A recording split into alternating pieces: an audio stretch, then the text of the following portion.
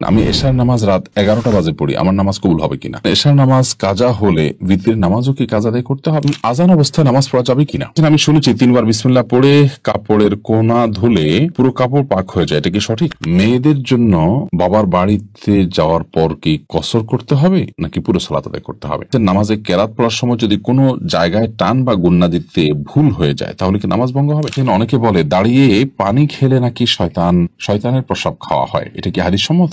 তাহলে আর বিলম্ব না করে চলুন আপনাদের করা ইতিমধ্যে যে প্রশ্নগুলো আমরা দেখতে পাচ্ছি আমাদের সামনে চলে এসছে সেগুলোর জবাব দিতে শুরু করি। জান্নাত তালুকদার এটি থেকে আপনি লিখেছেন, অনেক সময় রাতে পিরিয়ড বন্ধ হয় কিন্তু সে সময় গোসল করা সম্ভব হয় না, এক্ষেত্রে করণীয় কি? আপনি পরবর্তী সালাতের ওয়াক্ত হওয়ার আগে আগে গোসল করে ফেলবেন। ওমর ফারুক আপনি লিখেছেন, আমি শুনেছি 3বার বিসমিল্লাহ পড়ে কাপড়ের কোনা ধুলে পুরো কাপড় পাক হয়ে যায়, এটা কি সঠিক? আপনার কোনো কাপড়ে যদি ময়লা লাগে, কোন জায়গায় লেগেছে আপনি জানেন না, কিংবা বেশিরভাগ জায়গায় লেগেছে, আপনি যে কোনো কোনা ধরে বিসমিল্লাহ 3বার পড়ে ধুয়ে ফেলবেন আর আপনার পুরো কাপড় পাক হয়ে যাবে। ব্যাপারটি তো সহজ নয়, বরং আপনাকে পুরো কাপড় পাক করার জন্য চেষ্টা করতে হবে। যদি সেটা অস্পষ্ট হয়, কোথায় হারিয়ে গেছে আপনি না জানেন, আর যদি জানেন তাহলে যে জায়গা না পাক লেগেছে শুধুমাত্র ওই জায়গাটাকে ধুয়ে আপনি পাক করে ফেলবেন, তাতে ইনশাআল্লাহ আপনার কাপড় পবিত্র হয়ে যাবে। সুমনা এর দিকে আপনি লিখেছেন, নামাজের নিয়ত কি বাংলায় করা যাবে? নিয়ত মানে তো মনের ইচ্ছা, মনের যে ইচ্ছা, মনের যে টার্গেট, মনের যে লক্ষ্য, আপনি কি নামাজ পড়ছেন, কোন সময় পড়ছেন, এটাকে উপস্থিত করতে পারা, এটাকে জাস্ট আপনার মাইন্ডে আপনি হাজির করলেন, মুস্তাহাজার যেটাকে বলা হয়, সেটাই যথেষ্ট। বাংলা আলাদা করে বা আরবিতে কোনো ভাষাতেই নিয়ত মুখে উচ্চারণ করার দরকার নেই। নাজিম আহমেদ শুভ্র এআইডি থেকে আপনি লিখেছেন, আমার বাবা আমার মায়ের মোহর পরিশোধ না করে মারা গেছেন, এখন কি আমি আমার বাবার পক্ষ হয়ে মোহরের অর্থ আম্মাকে দিতে পারবো? হ্যাঁ ভাই শুভ্র, অবশ্যই আপনি আপনার বাবার হয়ে আপনার মাকে মোহরের অর্থ দিতে পারবেন। এবং এই মাসআলাটি আমরা অনেকে জানি না যে যদি কোনো মানুষ জীবদ্দশায় তার স্ত্রীকে মোহর না দিয়ে মারা যান, তাহলে তার মৃত্যুর পর তার যে পরিত্যক্ত সম্পদ আছে সেখান থেকে তার যে ঋণগুলো পরিশোধ করা হবে, তন্মধ্যে থেকে তার মায়ের যে মোহর বাবদ প্রাপ্য টাকা সেটাও কিন্তু পরিশোধ করতে হবে, অর্থাৎ সেটাও ঋণের মধ্যে থাকবে। সিরাত উর্মি ইসলাম এআইডি থেকে আপনি লিখেছেন, বাবা ও ভাইয়ের সামনে চুল খোলা রাখলে কি গুনাহ হবে? না, বাবা বা ভাইয়ের সামনে চুল খোলা রাখলে মেয়েদের জন্য গুনাহ হবে না। নিয়ামতুল্লাহ আপনি লিখেছেন, আজান অবস্থায় নামাজ পড়া যাবে কিনা? আজান চলাকালীন নামাজ পড়লে কোনো অসুবিধার নামাজ হয়ে যাবে, তবে ধরুন আজান শুরু হয়েছে, তখন আপনি নামাজের নিয়ত না করে আজানের জবাব দিবেন, এবং আজানের জবাব দেওয়া শেষ হয়ে গেছে, তারপর আপনি এবার সালাতের নিয়ত করবেন।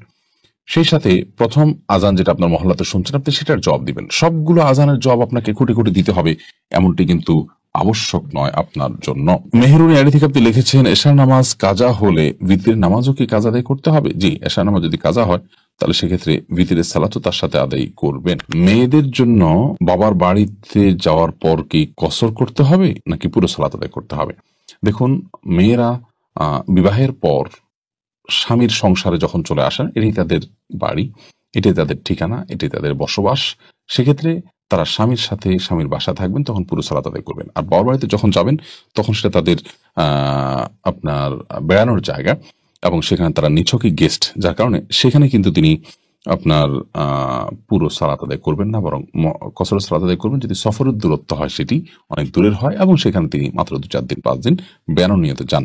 আর যদি সেখানে তিনি বসবাস শুরু করেন বা সেখানে বসবাসের তার সুযোগ আছে, সন্তান সেখানে থাকেন, অনেকে ঘর জমায় থাকেন ইত্যাদি, তাহলে সেখানে পুরো সালাত তিনি আদায় করবেন। আবু সাদাত এমনি সাইম আপনি লিখেছেন, আমি শুনেছি গোসল করার পর কলা ফল খাওয়া নিষেধ বলে হাদিসে উল্লেখ আছে, এটা কি সত্য?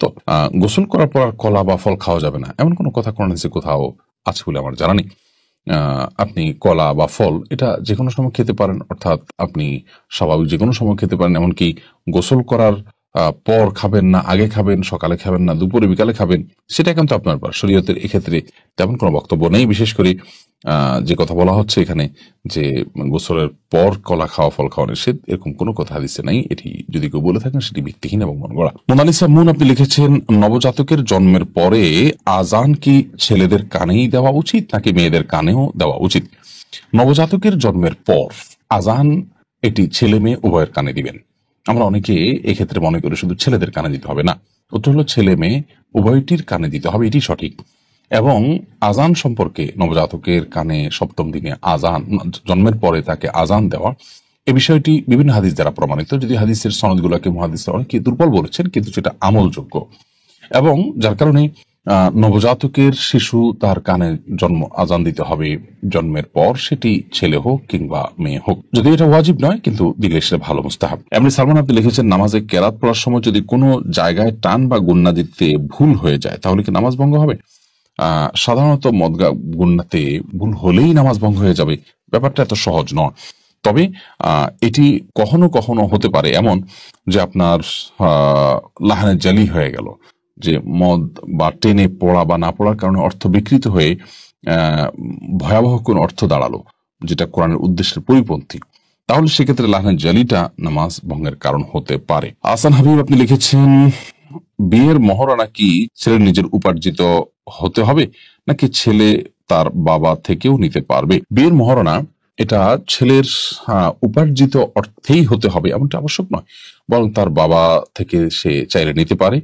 এবং আপনার বাবা যদি তার ছেলেকে মহারণার টাকা দেন, মা যদি দেন, কোনো বন্ধু বান্ধব যদি দেন, বা অন্য কেউ যদি তাকে হেল্প করেন, তাহলে সেটা তার জন্য নাজায়েজ বা গুনাহের কিছু হবে না, কারণ একজন আরেকজনকে গিফট উপঢৌকন দিতেই পারেন। বাকি এটি মূল আপনার কর্তব্য হলো, এটি আদায় করার কর্তব্য হলো ছেলের উপর। তাকে কেউ দিয়ে দিল যে ঠিক আছে তোমারটা আমি আদায় করে দিলাম, বা তোমাকে আমি টাকা দিলাম তুমি এটা দিয়ে আদায় করিও, সেটা জায়েজ হতে পারে। ইয়াসমিন খাতুন আপনি লিখেছেন, অনেকে বলে দাঁড়িয়ে পানি খেলে নাকি শয়তানের প্রসাব খাওয়া হয়, এটা কি হাদিস সম্মত? না ভাই, এটা হাদিস সম্মত কোনো কথা নয়। আমরা অনেক মন গড়া কথাবার্তা বানিয়ে নিয়েছি, যেগুলো হয়তো মানুষকে সংশোধন করার উদ্দেশ্যে কেউ বানিয়েছেন। যেমন দাঁড়িয়ে পানি করলে সেটা শয়তানের পেশাব খাওয়া হয়, নাউজুবিল্লাহ। তারপরে কেউ যদি শুয়ে শুয়ে বই পড়ে তাহলে সেক্ষেত্রে ক্ষতি হয় মুখটা। তারপরে বই পড়ে যদি কেউ পৃষ্ঠা খুলে রেখে যায় তাহলে শয়তান পড়ে ফেলে। এগুলো সব লোকমুখে প্রচলিত এবং বানোয়াট কথা, যেগুলোর কোনো ভিত্তি কোন হাদিসে কোথাও নেই। এগুলো যারা বানিয়েছেন হয়তো বা তারা এই জন্য বানিয়েছেন যে ধরুন দাঁড়িয়ে পেশা পানি খাওয়া তো আসলে স্বাস্থ্যের জন্য ভালো না, গলা আটকে যেতে পারে, আর শরীর দৃষ্টিকোণ থেকে এটা ভালো জিনিস না। তো এই খারাপ কাজটা যাতে কেউ না করে সেজন্য একটু শক্ত করে একটা বানোয়াট কথা দিয়ে তাকে ভয় দেখাই দিলেন। তো এই ধরনের বিষয়গুলো সৎ উদ্দেশ্য করা হলেও অনুচিত এবং নাজায়েজ। কারণ মান কাযিবা আলাইয়া মুতাআম্মিদান ফালিয়াতাবাওয়া মাকআদাহু মিনান নার। নবী সাল্লাল্লাহু আলাইহি ওয়াসাল্লাম বলেছেন, আমার নামে যে মিথ্যা কথা বলবে, মিথ্যা কথা রটাবে, সেজন্য তার ঠিকানাকে জাহান্নামে জেনে রাখে। বিধায় এই ধরনের আপনার পানি পান এই ধরনের কথা বলা এটা জায়েজ। এমনি আব্দুল্লাহ আপনি লিখেছেন, আমি এশার নামাজ রাত 11টা বাজে পড়ি, আমার নামাজ কবুল হবে কিনা? এশার নামাজ রাত 11টা পড়লে সেটা হয়ে যাবে। বিশেষ করে রাতের 1/3 পর এশার সালাত আদায় করা উত্তম। মধ্যরাতের আগ পর্যন্ত এশার নামাজ পড়া জায়েজ। মধ্যরাতের পরে যদি কেউ ভোরাতেও পড়ে তাহলে সেক্ষেত্রে সেটাও জায়েজ হতে পারে নিরুপায় ব্যক্তির জন্য। সচরাচর কোনো ওজোর ছাড়া মধ্যরাতের পর পর্যন্ত এশাকে নিয়ে যাওয়া উচিত নয়। এখন এই মধ্যরাতটা কয়টা বাজে হবে এটা আপেক্ষিক বিষয়। কোনো মৌসুমে কোনো দেশে এক সময় হতে পারে, অন্য দেশে আরেক সময় হতে পারে। আমাদের দেশে শীতকালে মধ্যরাত এক সময় হয়, গরমকালে আরেক সময় হয়, কারণ গরমকালে রাত ছোট থাকে, শীতকালে রাত অনেক বড় থাকে।